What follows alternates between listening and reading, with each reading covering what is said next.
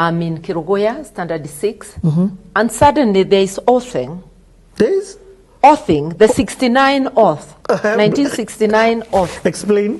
Where all people of Mount Kenya, excuse me, are trooping to Gatundu, to Jomo Kenyatta's home, to take oath. And where even school-going children are being asked to take oath. So I come home for holidays, and I'm told that even my younger brothers walked to go and take oath. The oath was being given at Kabare, so people were walking the 8 kilometers. A whole school, the people of age would walk. And what was the oath? The oath, as I had it then, was to say for those of us from the mountainside that the presidency will not go beyond Mount Kenya. It will not go especially to the Luo nation. Oh my God, this is literally... Wamera, you know? Yes.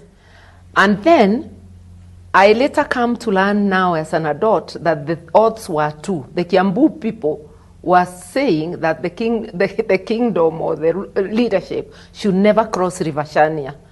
So we are being duped. We are being duped not to give leadership to Luos, but we are not part of it. There is an oath for Kiambu for it never to cross River Chania. Because I was in boarding school, I never underwent oathing.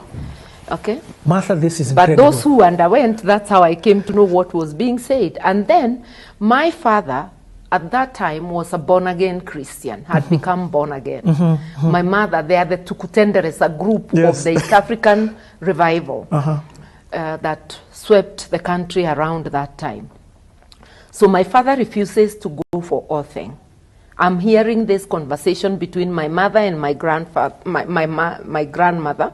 My grandmother is blaming my mother because that she has encouraged my father not to go for oathing because she knows as a woman she may not be killed or beaten the way my father will be beaten. So she's sort of applying pressure on my mother to force my father to go for oathing.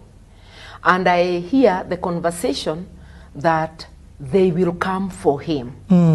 There is fear that they will come for my father.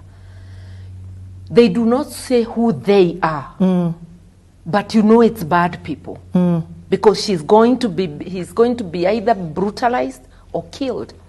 And we hear because reports, of not going for oathing. Yes, there are people already killed for not going for oathing in Kiambu and other parts of the country. And this, by the way, let me say it, it is by your own. You are being killed by your fellows because you have refused to be oathed, you know, on account of your faith. My father and mother were one of those who refused to go. What saved my father now from they coming for him? After brutalization of people, and especially around Kiambu, Bishop Kariuki, the Bishop of ACK, father to the former Attorney General, Kariuki, was our bishop, and he was close to the late Mzee Kenyatta.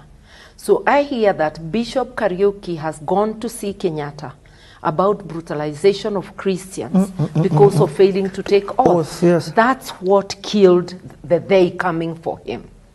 So that saved my father and other Christians. Okay?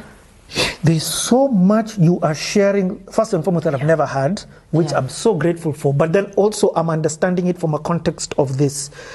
There's the Mau Mau, first and foremost, who we've got an independence and they're thinking about coming. Yeah. That on its own is a story. Yeah. There's this, we call it the Mount Kenya region. That's what politically I'm hearing the word is, the Mount Kenya region. Yeah. This is literally the birth of it.